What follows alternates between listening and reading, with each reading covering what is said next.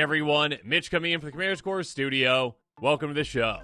So today's episode comes to you courtesy of the incredible folks over at the Custom Dragon Highlander community. Alno put on a contest for the Cartoon Network Commanders, and there are some absolutely crazy, amazing, and just very nostalgic ones that I absolutely love. I am so excited to jump into this. If you are well excited about these as well, consider joining the awesome community over at Custom Dragon Highlander. There will be a Discord invite link in the description below. With all that said, let's jump into it. Coming in at 10th place is Numbuh 2, pilot of Sector 5. The designer is Sir Master Melky Bone. This is a 2/2 human child pilot for 3 mana in Azorius.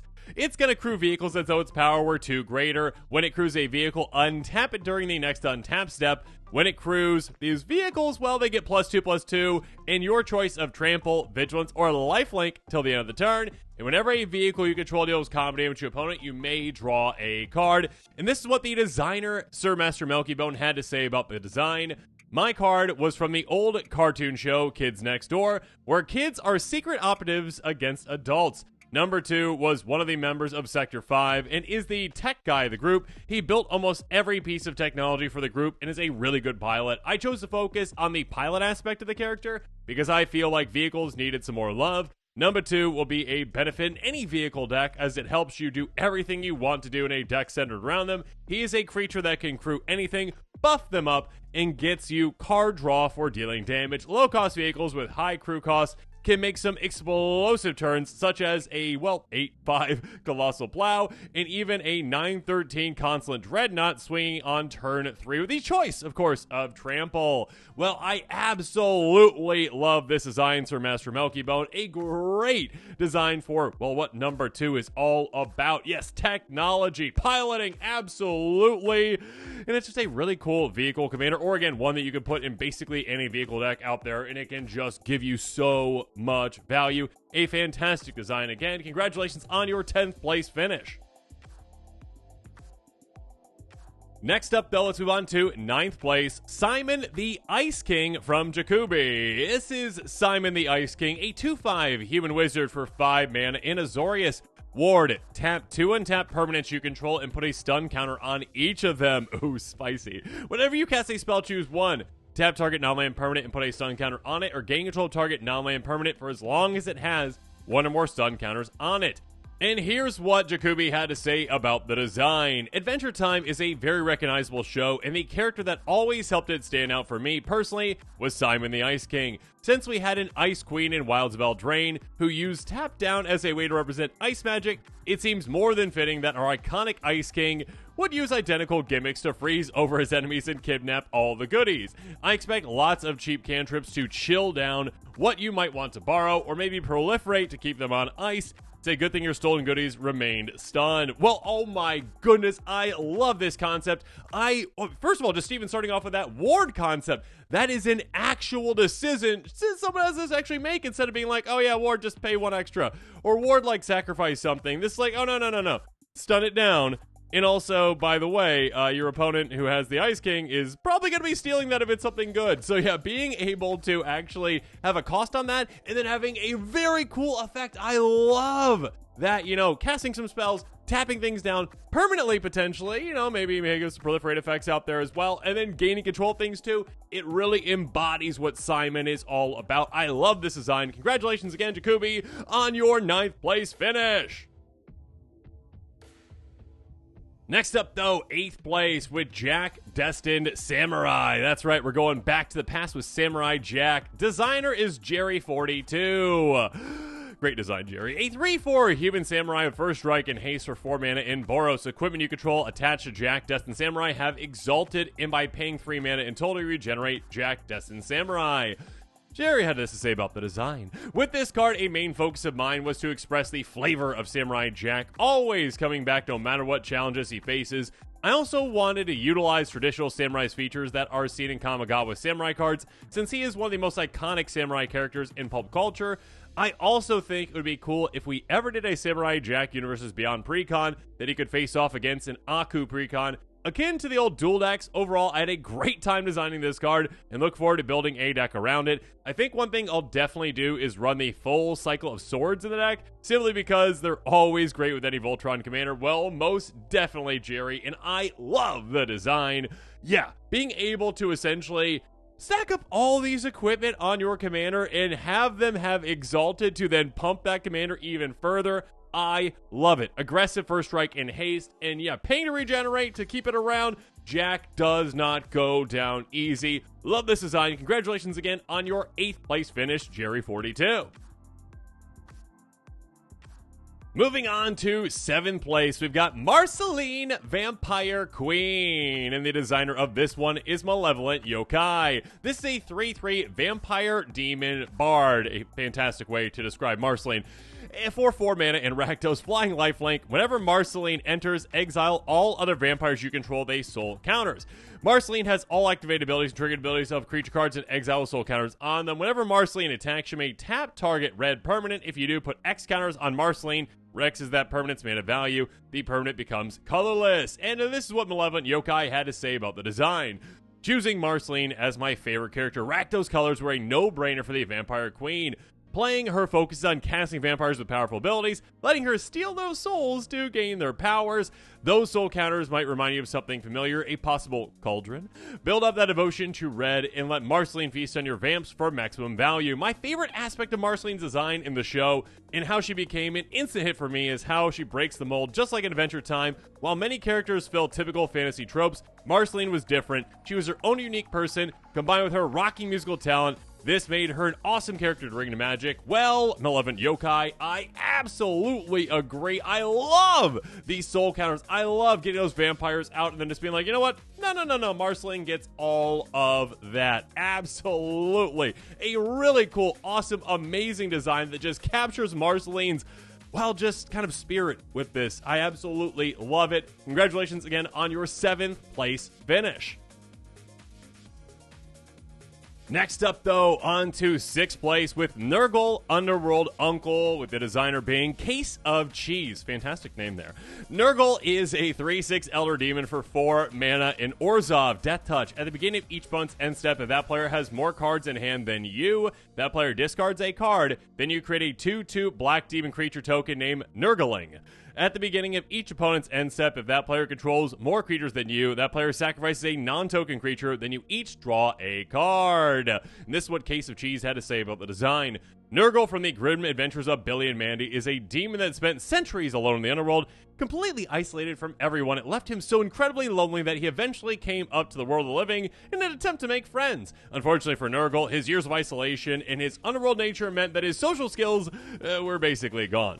In all his attempts to be friendly were accidentally harmful without him even realizing it. And thus I present to you the commander that tries to be a group hug deck, but arguably does more harm than good. I see this deck going in a somewhat similar design space to a card like Shadrick Silverquill, finding cards that aid the whole table, but mostly yourself, while including payoffs for tokens, discarding and incentives to not attack you like Brina the Demagogue. Well, I think you definitely captured that. The flavor and the function, I absolutely love, and I could definitely see myself building a deck around this one as well. Be like, hey friends, Oh, no, actually, you know what? No, we're not friends right now. Making an army of those tutus, and of course, again, yeah, hey, maybe you sacrifice some things, you go down, you control more creatures. I don't necessarily like that either. So, yeah, a lot of value for you. Not so many friendships potentially at the end of the day for Nurgle. So, yeah, a great design. Again, congratulations on your 6th place finish, Case of Cheese. Next up at 5th place, we've got Von Kleiss from the designer Christian, and this is a 5/5 Mutant Artificer for 3 mana in Sultai. Commutative upkeep, energy, vigilance, tap, sacrifice a creature. You get energy equal to the sacrifice creature's power, and you gain life equal to its toughness. This is what Christian had to say about the design. I immediately knew I wanted to do a Generator Rex card for the challenge, but the main character has a lot of different aspects you could focus on, while the main antagonist is a fair bit more straightforward and easy to translate to Magic. I decided to treat Nanites as energy counters. He's a fairly powerful but he needs a steady supply of them to keep himself alive, and he can only obtain them by draining them from others, typically killing them. So yes, this is a really cool design. I love bringing cumulative upkeep back. You just need more and more and more energy to actually keep this out. I love it. And also being able to, well, play around with, hey, sacrificing creatures for value, getting that energy, and then also getting some life as well. A very cool, atypical design for Sultai, and I am all about it. I love it. Absolutely. Oh my goodness. 5th place finish. Congratulations again, Christian, on your great design. Next up, 4th place, Courage the Cowardly Dog. Starring Courage the Cowardly Dog. Abandoned us. Okay, I'll stop right there. Designer, Mr. Blimp. This is a 2/2 legendary creature dog for 3 mana in Selesnya. Whenever a creature enters under opponent's control, if Courage is tapped, untap and put a counter on him at the beginning of the next upkeep. Whenever another creature you control becomes the target of a spell or ability opponent controls, you may change the target of that spell or ability to Courage. And this is what Mr. Blimp had to say about the design. Courage the Cowardly Dog is an iconic character, and like many, I grew up loving the show. His ability captures his initial reaction to the bizarre and terrifying creatures of nowhere before he inevitably finds the bravery to face them.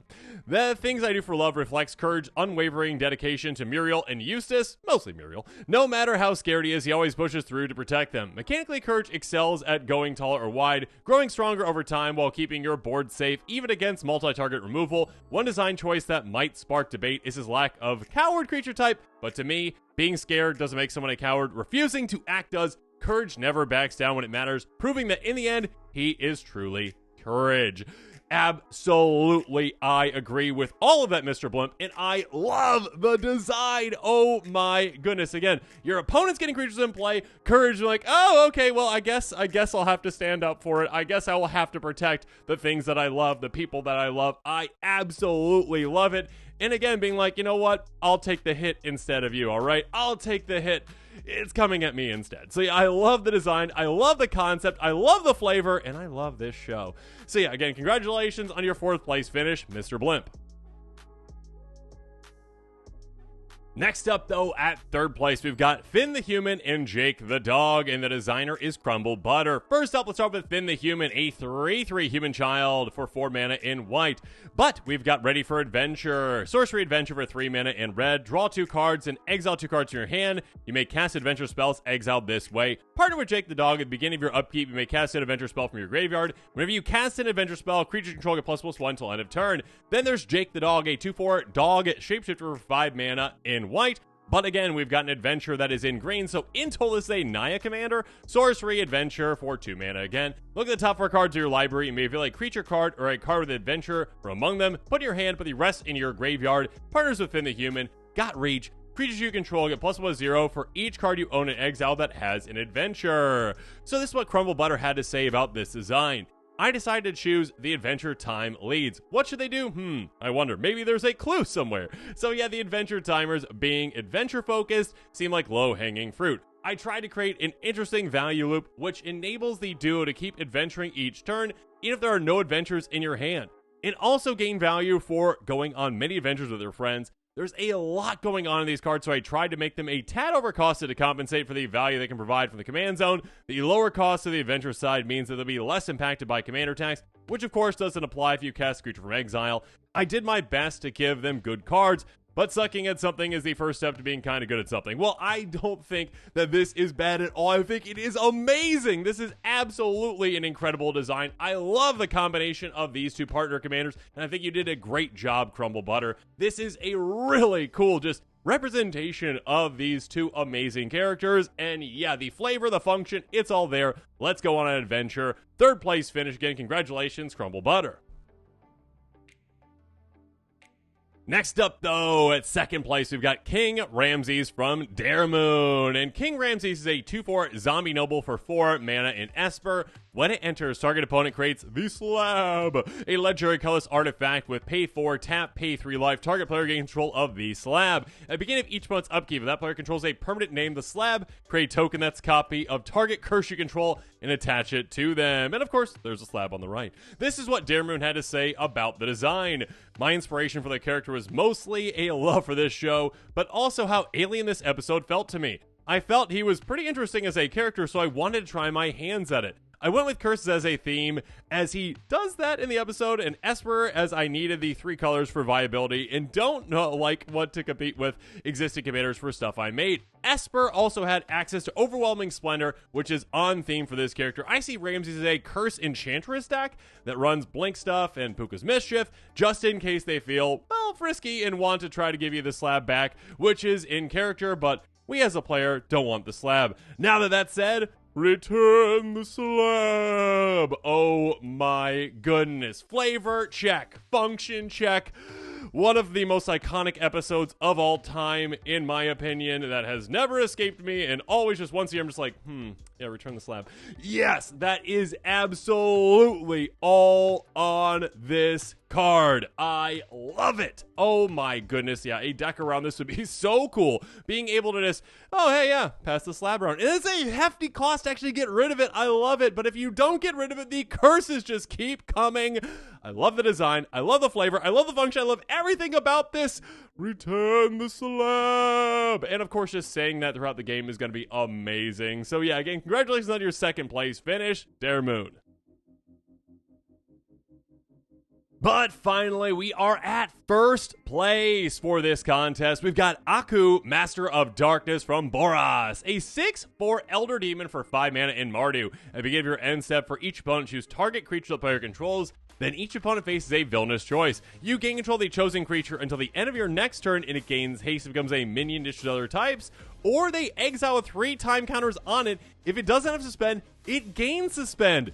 Here is what Boros had to say about the design. I'm so glad the community liked my Aku card, and I hope you all do too. I toyed with a few designs, but this idea of using villainous choice for Aku just felt perfect. Getting to borrow excellent creatures or temporarily remove that threat by sending it forward in time seemed fun and thematic for Jack's antagonist. While Aku definitely felt Rakdos in colors, white adds on a level of cruelty, allowing you to threaten permanent removal. Thanks again to everyone who voted for it. This was a blast. Oh my goodness, Boros. This is such a cool design. Again, that villainous choice. I love bringing that mechanic back. Absolutely. And what a choice it is. Either I get to take control of your creatures, or you're going to be gone for a little bit of time, okay?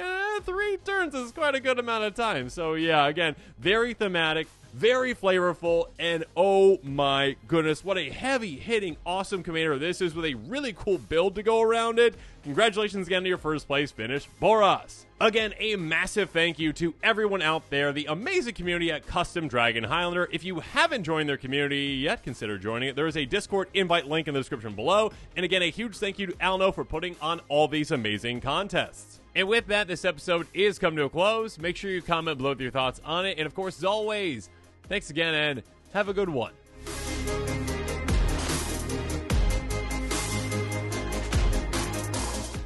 This show and episodes like this one are possible thanks to viewers like you. If you're looking for an easy way to help support this show, make sure that you like, share, and subscribe. Also, hit that bell notification icon so you don't miss any new episodes. You can also go check out our playmats and other merchandise at thecommandersquarters.com. Another easy way to support this show is with our TCG player affiliate links. So whether you're buying a deck or individual cards, you can use this general link right here or one in the description. And the final way that you can support this show is by supporting us directly by becoming a patron. There are many benefits to being a patron, and I truly couldn't do this without all of their support.